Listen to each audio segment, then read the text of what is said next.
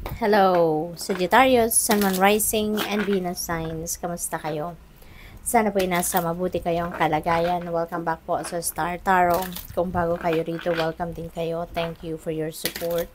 I truly appreciate it. God bless you all. Pauna mensahe po ninyo sa ngayon, Sagittarius, Death Energy. Beautiful, no? As a reader, ito isa sa mga pinakapaborito ko kasi yung Death Energy is an ending and beginning energy, no? Meron kayo ritong tatapusin na, puputulin nyo na yung connection nito sa buhay ninyo. Sa pagsasarahan mo na to ng pinto, no? You're closing some doors sa buhay ninyo para magkaroon na kayo ng meron kayong bagong pintong bubuksan, no? Meron kayong bagong sisimulang ganap sa buhay ninyo. At kung ano man itong mga babaguhin ninyo, ito yung mga sitwasyon sa buhay ninyo na hindi na to nagsiserve ng highest good sa buhay ninyo. Hindi na to nakakatulong sa'yo, hindi na to naghahatid ng positibong vibe, sa inyo wala ng positibong epekto, kaya magdedesisyon kayo na tama na, this is the end of it, no? This is, kumbaga, out with the old energies na kayo and in with the new energies. So, you are removing something sa buhay ninyo so that you can welcome newness. So that makapag-make room kayo para sa mga bagong tao, bagong sitwasyon, bagong experiences, no? So, depende sa inyong sitwasyon, no? Iba-iba tayo ng sitwasyon, kaya iba-iba din na parte ng buhay ninyo ang maaaring magkakaroon kayo ng pagbabago. We have Four of Pentacles. Ayan. So, sa Four of Pentacles, this is a reminder para sa'yo, Sagittarius, no? To manage your money wisely. Okay? Malagaan ninyo ang inyong pera ng mabuti kasi pinaghirapan nyo to, pinagtrabahuan ninyo ito, you work hard for it. So, alagaan ninyong mabuti. Okay? I-manage ninyo ng maayos, mag-budget kayo ng maayos. Kung meron kayong mga ginagawang budget plan, sundin ninyo ito, 'di ba? At financial discipline, no? Pairalin ninyo ang inyong disiplina pagdating sa finances, pagdating sa paggastos, pagdating sa pag-allocate ng inyong mga pera sa kung saan man ito dapat mapunta, no? So, dapat na monitor ninyo yan lagi, yung ganon. Nine of Cups, napakaganda, sitting pretty, si Sag, no? Kayo to. You are being represented by this person, no? Nandiyan dyan lahat ng mga gusto ninyo, yung mga wants ninyo, yung mga wishes ninyo, nandiyan na. Lahat ng mga heart's desires ninyo, nandiyan dyan na. Kaya sitting pretty na kayo kasi nakuha mo na sila. So, you are, manifesting your goals, manifesting your wishes and dreams, no? Sa ngayon, kaya magiging masayang-masaya kayo, no? Hindi lang ito about sa pera, no? But there is financial dito, success, financial abundance, prosperity, and happiness, you know, kasi nga kung ano mga gusto ninyo nandito na, no? May experience mo na, mayayakap mo na, mai-enjoy mo na, no? So wishes are coming true. What else? We have Nine of Pentacles. Holy moly. Diba? Napakaganda. Kasi this is wealth as well. This is financial freedom. No? Ito na yon, financial comfort. Magiging maganda talaga, maswerte kayo pagdating sa pera. No? Around this time, financial success ito. No? Kaya magiging mapera kayo, maluwag sa pera. Yung ganon, no? At saka, ang tawag dito, yung perang dadating, pinaghirapan ninyo to, no? Pinagtrabahuan ninyo to.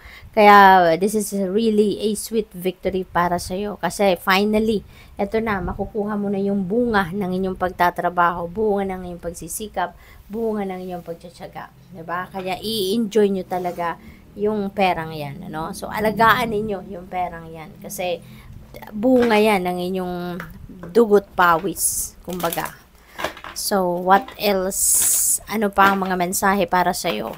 Pagdating naman sa inyong kaperahan, money, career, what else? We have activation. Ayan, sabi dito, you're activating your soul purpose and receiving gifts.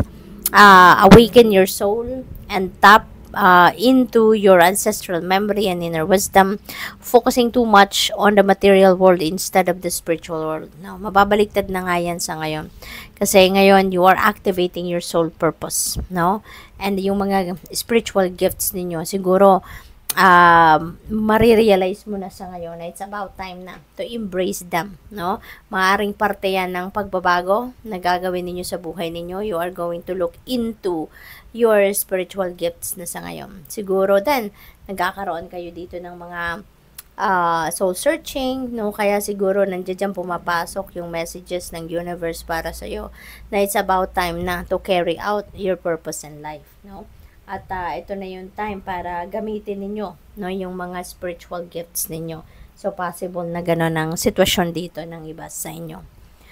What else? We have jobs. Ayan. So, consider creating multiple streams of income.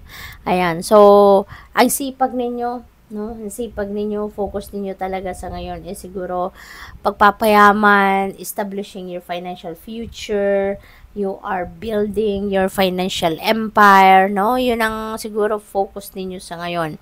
Which is good, 'di ba? Kasi habang mas maaga, mas bata pa siguro kayo, talagang magiging mapera na kayo, no? Masosolidify nyo na yung inyong financial stability, no? At second job, a job freedom is more important than financial security. Sometimes it's okay to take a transition job even if it doesn't lead to a career. Yeah, that's true. Ang iba siguro sa inyo rito, no? Aside from working your full-time job, siguro meron din kayong mga job on the side. Meron kayong side hustle, meron pa kayong mga part-time job, may mga racket siguro kayo, no? Ito yung mga trabaho na hindi naman ito in alignment doon sa kung anong pinag-aralan ninyo, 'di ba? Kung ano yung dati ninyong trabaho, kung ano yung full-time job ninyo, siguro yung itong mga odd jobs na to malayo doon sa kung ano ang dati ninyong ginagawa or kung ano yung usual job ninyo, no? So, possible na ganun. Wow! Sag, we have luck. And sabi dito, anything you do now will be very prosperous for you. Na wow, talaga, napakaganda naman ito. Anything, no? Anything na gagawin mo sa ngayon, sabi, will be very prosperous for you. So, swerte talaga ninyo pagdating sa pera, 'di ba? Meron kayong wishes coming true, financial abundance, financial success, comfort, abundance. So, talaga, no? Yung pera parang kusang lalapit sa inyo siya ngayon. Parang napakagaan ng daloy. Sabi dito, if you believe that you're lucky, you'll create an abundance mindset. That's very true, no? So, siguro ganun nga kayo. No, iniisip ninyo, kiniklaim ninyo na maswerte kayo. Kaya ayan, yung swerte talaga, no, lumalapit sa'yo. Your perspectives is lifting your growth. Ayan, napakaganda. And is stamping on your luck. So, really, really lucky, no, kayo sa ngayon, Sagittarius. We have business. Do not be intimidated to enter the world of business, no? So, kung meron kayong balak talaga na magnegosyo, go for it. Huwag kayong magdalawang isip. Consider executive positions, becoming a CEO or anything in the corporate world. Yan. Elevate your awareness and think bigger if you want different results. Ayan. So, magaganda, no? Yung mga messages ninyo for today. Lalo-lalo na pagdating sa pera, pagdating sa negosyo. Kung gusto ninyo magnegosyo, go for it. Huwag kayong mag-procrastinate, no? At be your own boss, diba? Pagdating sa entrepreneurship. So, pagdating sa love life, tingnan natin kung ano mga mensahe para sa'yo. We have family, ayan, soul family, origin, groups. So, siguro ang iba sa inyo sa ngayon, baka kayo'y magpapabilya na, baka kayo'y magsisimula na ng inyong pamilya, or baka ang iba sa inyo is starting to grow your family, no? So, siguro, mayroong mga babying paparating, baka nagbubuntas ang iba sa inyo or yung person ninyo. So, pwedeng ganon. We have fair male, ayan, lighter than darker. Ayan, so siguro, for some of you Sagittarius na baka wala pang jowa sa ngayon, if you're still single, baka, no, merong paparating dito na fair male, no, na medyo siguro magpaparamdam sa iyo, magpapahiwatig ng kanyang romantic interest sa inyo. Possible na manligaw siya sa iyo, or possible na siya yung, baka siya yung jowa ninyo or magiging jowa ninyo. Yeah, blonde female, lighter dark, laid back. Ayan, blonde hair, blonde female, no?